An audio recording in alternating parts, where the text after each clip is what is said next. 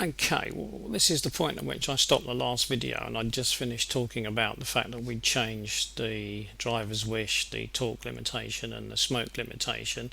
Now, of course, it would be nice to know whether we're actually going to have enough air from the original maps. So what I've done next is I've pulled out the original boost map. So this is the original boost map for this particular file.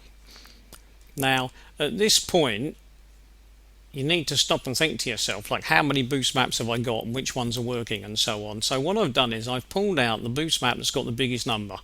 So this has got the biggest numbers on it, and there were two that were more or less identical. And when I put this one back into the file, what I would do is I would replace this. In other words, this would become all of the previous boost maps if I didn't know which ones were working.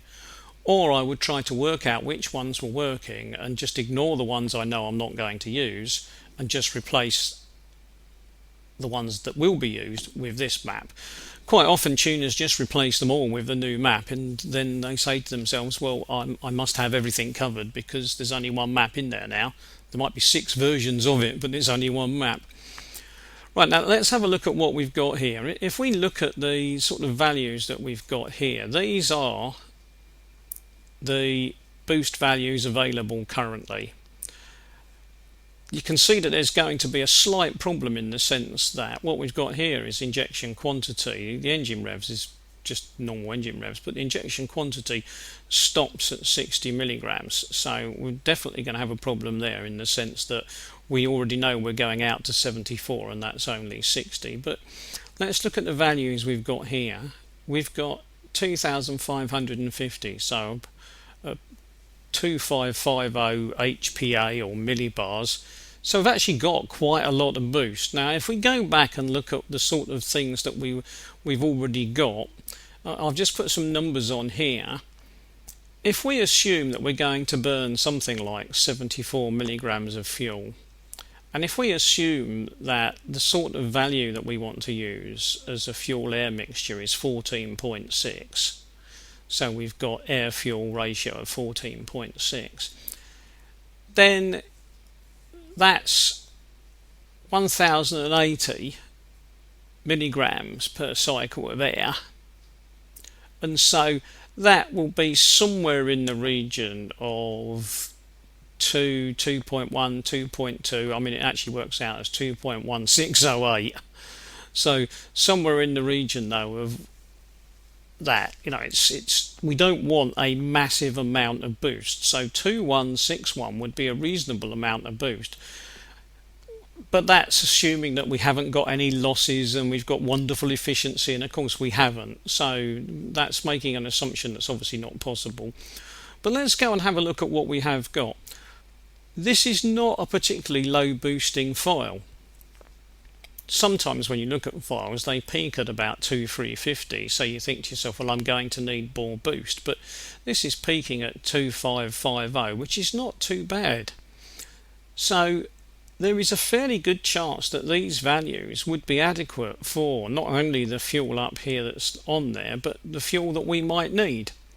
So rather than change all of these values, what I would do for this one, and if I was going to change the values, obviously I would just make these values bigger.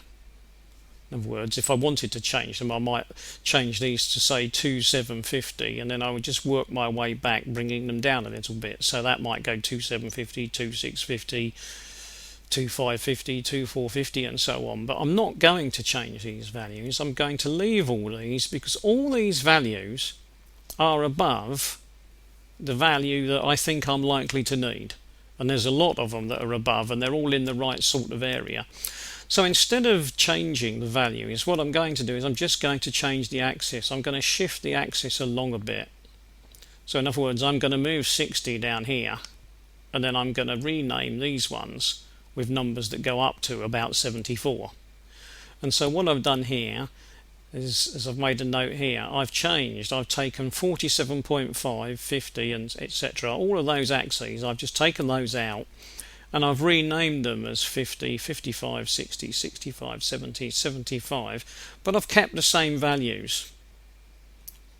So as far as this map is concerned, I'm saying that this amount of boost at this number of revs for this amount of fuel, that's fine. I'm happy with that. Now, of course, if it turns out that I'm not happy with that because I don't appear to have enough air, so I'm actually getting more black smoke than I was expecting, rather than simply start changing the smoke map and the like, I might think to myself, maybe I need to up these a little bit and try and give myself a little bit more boost so that I get some more air. Now, the advantage of not changing it is obviously the less changes you make, the less chance of making a mistake. But on top of which, if we look at this now as the values, if we don't have to make any serious changes to this, then we're not actually putting any more strain on the engine and the boost system than was already there from the manufacturer. So it's always handy if you can still get a little bit extra performance without changing the actual amount of strain involved in what you've done. So, you know, there is good reason for why it might be a good idea to keep it like this if you can, but you won't know until you've tried it. So that's the point at which I would leave it. I would leave it there. And of course the side effect of that is that if you don't change this, then you won't have to go and look for a boost limiter, although I don't think this file had one. But there will be a boost limit map, and of course you won't have to go and worry about changing that either because it already matches this map. So you've cut down on the overall amount of work straight away that you need to do. So it does have a big advantage.